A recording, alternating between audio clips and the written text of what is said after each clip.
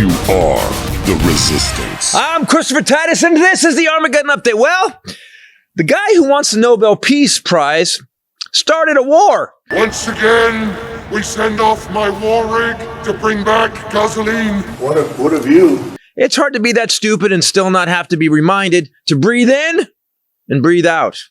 You know, maybe that's Melania's job. Hey, Mel, just forget to remind him for about an hour and maybe we can end this fucking nightmare. So, Sweet Potato Hitler has decided he's going to cause regime change in Iran. The good news is that whenever we try to get involved in the Middle East, it's always worked out perfectly. You know, remember the Shah of Iran? Yeah, that worked out. We started that.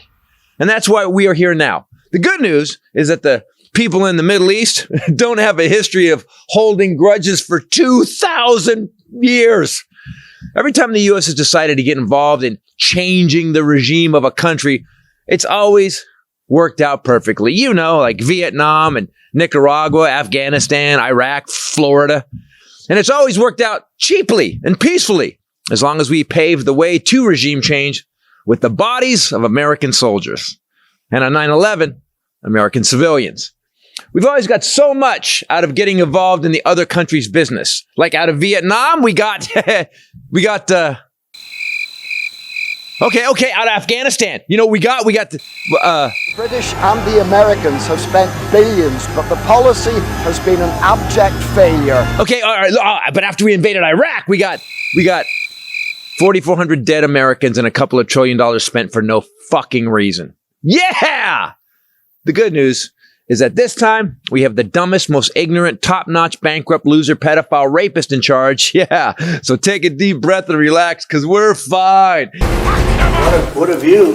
And the Secretary of Defense, this genius, is an alcoholic, sexual assaulting douchebag who does pull-ups like Stephen Hawking, who, by the way, is also in the Epstein Files, which is why we are bombing Iran, because the president is in those files over 1 million times.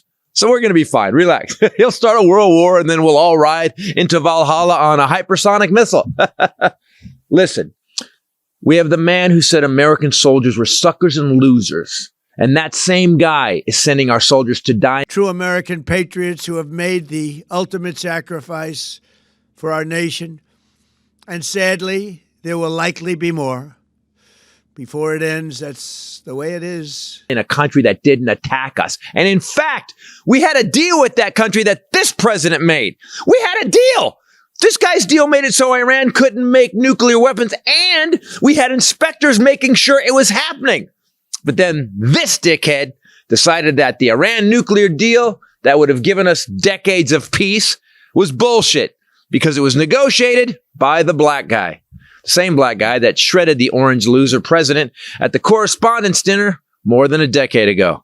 And because of that one night of stand-up comedy, we have been put through a decade of nightmare.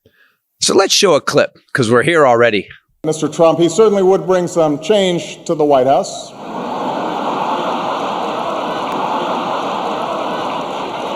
So the truth is, World War III can be traced back to one brutal roast by the first black president. Damn you, Obama! And by the way, I wouldn't have it any other way. I'm Christopher Titus, and this is the Armageddon Update. Man, the problem is when you get some douchebag that's got such a thin skin, you gotta be careful. Can't make fun of him. He's gotta be the dear leader. That fat fuck, loser, rapist, child, humping pedophile. Ah! The state of Hawaii released my official long-form birth certificate. But just in case there are any lingering questions, tonight, for the first time, I am releasing my official birth video.